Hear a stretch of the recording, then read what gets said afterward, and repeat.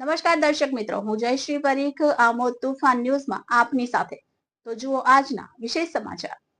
આમોદ નગરપાલિકા વિસ્તાર ward number 6માં આવેલ પોલીસ ક્વાર્ટર્સ અને મામલતદાર ઓફિસની સામે આવેલ આંગણવાડી કેન્દ્ર નંબર 3ની સામે જ ગંદકીનું સામ્રાજ્ય અને ગંદકીમાં રોયલ સ્ટેટ નામની દારૂની ખાલી બોટલ તેમજ બિયરના ખાલી ટીન નજરે પડ્યા.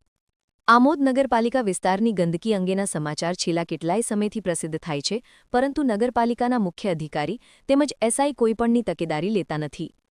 સ્વચ્છ ભારત મિશનના ધજાગરા ઉડાવતા આવા અધિકારીઓ સામે સરકારે કડકમાં કડક પગલાં લેવા લોકમાંગ ઉઠેલ છે. આંગણવાડી કેન્દ્ર નંબર 3ની સામે થયેલ ગંદકીમાં વિદેશી દારૂની ખાલી બોટલ તેમજ બિયર ખાલી ટીન નજરે પડે છે અને બાજુમાં જ પોલીસ ક્વાર્ટર્સ આગેલ છે. તો આ પડેલ બોટલો તેમજ બિયર ટીન અને ગંદકીથી આંગણવાડીના નાના ભૂલકા ઉપર કેવી અસર થતી હશે?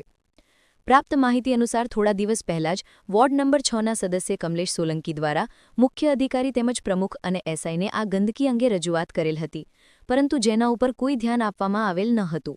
જેના કારણે નગરપાલિકા આમોદ ખાતે આવેલ એડિશનલ કમિશનરને પણ આ ગંદકી અંગેનો વિડિયો સદસ્ય દ્વારા બતાવેલ હતું. તેમ છતાં કોઈ પગલાં લેવાયેલ નથી. આ ગંદકીમાં એક ગાય પણ પ્લાસ્ટિક જેવી વસ્તુ ખાતા નજરે પડે છે તથા વિદેશી દારૂની બોટલ તેમજ બિયર ખાલી ટીન નજરે પડે છે. આ ક્યાંથી આવ્યા એ પણ એક પ્રશ્ન છે. નગરપાલિકાના સદસ્યના જણાવ્યા મુજબ આશરે 40 લાખના ખર્ચે ગંદકી દૂર કરવા જીસીબી લાવેલ છે તેમજ આશરે 30 લાખના ખર્ચે ડોર ટુ ડોર કચરો ઉઘરાવવા માટે છોટા હાથી ટેમ્પા લાવેલ છે. છતાં નગરમાં જ્યાં જુઓ ત્યાં ગંદકીનું સામ્રાજ્ય નજર પડે છે. એનું કારણ શું? નાના ભૂલકાઓની સામે નગરપાલિકાના સત્તાધીશો માનવતા રાખી નાના ભૂલકાઓના ભાવિનો વિચાર કરી આ ગંદકી દૂર કરશે ખરા કે પછી તેમની માનસિકતા પ્રમાણે જ રહેશે? Bureau chief Maqsood Patel, Amod. મારું નામ ભાવિકા છે. હું અહીંયા આંગણવાડી કાર્યકર તરીકે ફરજ બજાવું છું. કેટલા સમયથી આ ગંદકીનું સામ્રાજ્ય અહીંયા છે? આ ગંદકી તો અહીંયા સતત રહે જ છે અને મારા રોજ જ બાળકો અમે પણ અહીંયા બેસીએ છીએ તો અમારાથી બેસી શકાય એવી હાલત જ નહીં, કારણ કે અહીંયાથી ગંદકી જેટલી છે ને તો સ્મેલ જ અંદર એટલી આવે છે અને મારા આવતા જતા બાળકોને બી એટલું ગંદકીના કારણે માતા પિતા બી મૂકવા આવે છે. એ લોકો મને રોજ અહીંયા ફરિયાદ કરે જ છે કે મેડમ તમે અહીંયા કંઈ કરાવો. તો મારી નગરપાલિકાને એટલી જ વિનંતી છે કે આ ગંદકી અહીંયાથી હટાવો અને ગંદકીના કારણે અહીંયા ઢોરો ગાયો અને બળદ પણ અહીંયા હોય છે ને મારા બાળકોને આવવામાં બી તકલીફ પડે છે. અહીંયા મારી નગરપાલિકાને એટલી વિનંતી છે કે આટલું મને સાફ કરી આપો અને આ જે બધું છે મને કમ્પ્લીટ કરીને આપો. બેન, કેટલા વિદ્યાર્થીઓ નાના નાના અહીંયા આગળ અભ્યાસ કરે છે? મારે 25 થી 30 બાળકો અહીંયા હાજર રહે છે. કેટલા વર્ષના વિદ્યાર્થીઓ? મારે 3 થી 6 વર્ષના બાળકો આવે છે. કમલેશભાઈ સોલંકી, આમોદ વોર્ડ નંબર 6ના સદસ્ય. આમોદ નગરપાલિકા વોર્ડ નંબર 6ની અંદર મિશ્ર આંગણવાડી નંબર 3ની નજીકમાં આમોદ નગરપાલિકાના થકી કચરાના ઢગલા યોગ્ય રીતે સેનેટરી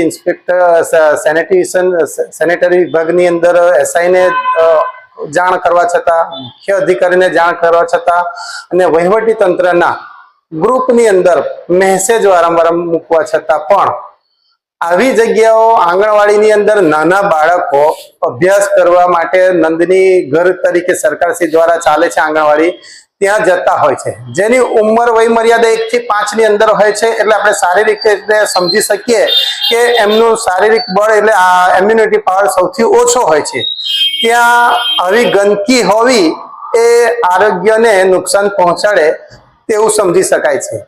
તેથી અમે વારંવાર આ નગરપાલિકાના તંત્ર અમારા ચાલતા ગ્રુપની અંદર આવું અમે વારંવાર આક્રોશજનક ભાષાની અંદર મુખ્ય અધિકારીને એસઆઈની આંખો ખુલે તથા જે તે જવાબદાર વ્યક્તિઓ આવું નાના બાળકોના ભવિષ્યને ધ્યાનમાં રાખે, જ્યાંથી જ્યાં ચાલે છે આંગણવાડી ત્યાં ગંદકી ન હોય, દુર્ગંધ ન મારતો હોય તો શાંતિથી બાળક આવી જઈ શકે અને ત્યાં કોઈ માની લો કે ગંદકી છે, ત્યાં બળદ ગાય કે કોઈ પણ ઢોર ઢાંકર જો ત્યાંથી ગંદકીને ત્યાં આગળ ચરવા આવે તો ત્યાં નાના બાળકોને અવર જવરમાં ક્યારેય જાનહાનિ ન થાય તે હેતુસર અમે વારંવાર એમને ધ્યાન દોરતા હોય છે કે માની લો કે ત્યાં કચરો પડેલો છે ને ત્યાં ગાય ચરવા આવે કેવું આવે અને બાળક ત્યાંથી જતું હોય અને જો કદાચ એને ભેટીમાં આવી બેસે તો જાનહાનિ થઈ શકે છે. આવા હેતુઓને ધ્યાનમાં રાખીને, ગંદકીને ધ્યાનમાં રાખીને, નાના બાળકોની ઇમ્યુનિટીને ધ્યાનમાં રાખીને અમે વારંવાર મુખ્ય અધિકારી મને એસઆઈ ને જાણ કરવા છતાં પણ આ નગરપાલિકાના તંત્ર તરફથી આ ગંદકી સાફ ન થતી હોય તેની સામે મારો ભરોભર રોષ વ્યક્ત કરું છું ને આ તંત્રના તમામ લોકોને એ સદબુદ્ધિ આપે એવી મેં આજના વોર્ડના સદસ્ય તરીકે આપ શ્રી થકી મારી આ વેદના વ્યક્ત કરું છું. વસાવા મયુરભાઈ મહેન્દ્રભાઈ. શું કહેશો આ ગંદકીને લઈને? આ ગંદકીનું તો હવે સામ્રાજ્ય તમે જોયું કે કેવું છે. બિયરની બોટલો, દારૂની બોટલો જેવું અનેક નશીલા પદાર્થો જેવું અહીંયા અમને રોજબરોજ જોવા મળે છે. હવે તે કોણ નાખી જતું હોય, કોણ પી જતું હોય તે પણ અમને ખબર નથી. અહીંયા જ રહીએ છીએ, આટલો બધો કચરો હોવા છતાં કોઈને દેખાતું નથી. રોજ ડોર ટુ ડોર સેવા આપે છે, તે ડોર ટુ ડોર સેવા અહીંયા દેખાતી નથી, એ પણ આપણે જોઈ શકીએ છીએ.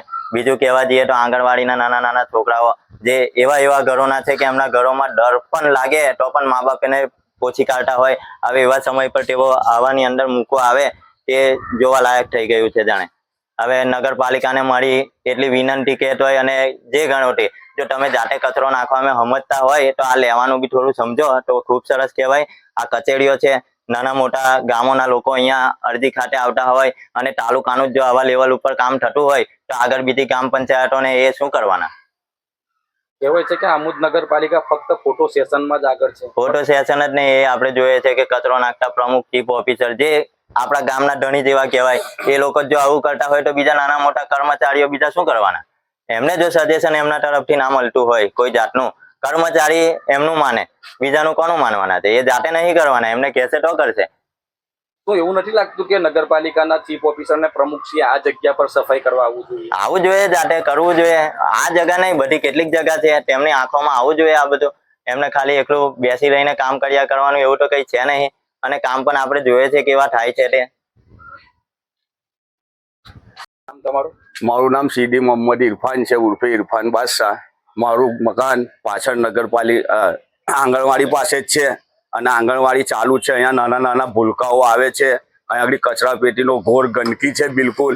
એ કચરા પેટીની અંદર દારૂની બોટલો પ્લસ બિયરના બોટલો જેવા કે ડબ્બા પેકિંગો, અહીંયા આગળ નશીલા પદાર્થો પીને એના ખુલ્લા પેકિંગો નાખવામાં આવે છે. અહીંયા આગળ ગંદકી ફૂલ છે. અહીંયા નાના નાના છોકરાઓ અભ્યાસ માટે આવે છે આંગણવાડીમાં.